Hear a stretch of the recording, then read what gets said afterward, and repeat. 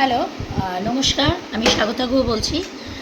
আজ একটা ভিডিও দেখলাম, ট্রেনে একটা ভদ্রমহিলা পা তুলে বাচ্চাকে পাশে নিয়ে বসে আছে।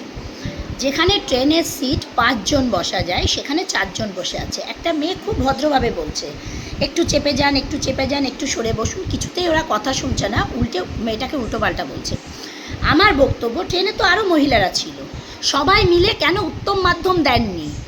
ওরা কি প্রথম ট্রেনে উঠছে? ট্রেনটা কি ওর বাবার? বসতে হবে সবাইকে। কেউ যদি 3 ঘন্টা জার্নি করে, 1 ঘন্টা 1.5 ঘন্টা একজন বসুক, আর একজনকে ছেড়ে দিক। সিটটা তো কারোর বাবার সম্পত্তি না। তো ট্রেনে তো আরও ভদ্রমহিলারা রয়েছে। মেয়েটা বারবার রিকোয়েস্ট করছে, একটু চেপে যান, একটু চেপে যান। রীতিমতো তারা উল্টোপাল্টা কথা বলছে। ট্রেনে কি আর কেউ ছিল না? কেন আপনারা পাশে, এই অন্যায়ের পাশে দাঁড়ান না? এখানে সরকার কি করবে বলুন? সরকার কি, শুভেন্দুবাবু কি প্রতিটা ট্রেনে প্রতিটা ইসে ঘুরে বেড়াবে? বলুন না।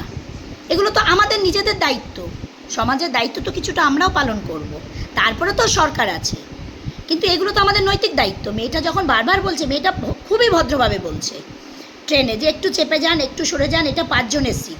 ওরা রীতিমতো উল্টোপাল্টা বলছে এবং বলছে উপরে ওদের লোক আছে, বসে আছে বাংকারে, ওখান থেকে নামিয়ে তারা নিচেই বসাবে, তো মেয়েটাকে বসতে দেবে না।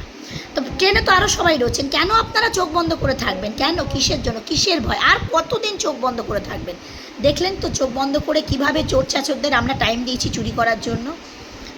অন্তত আমাদের কিছুটা আমরা নিজেরা দায়িত্ব তুলে নিই। মেয়েটার সাথে আরও 10 জন যদি দাঁড়িয়ে যেতেন এবং বলতেন যে ও তো ঠিক বলছে, তাহলে ওরা বাধ্য হতো উল্টোপাল্টা কর। ওখানে যদি আমি থাকতাম, সবার আগে প্রতিবাদ আমি করতাম।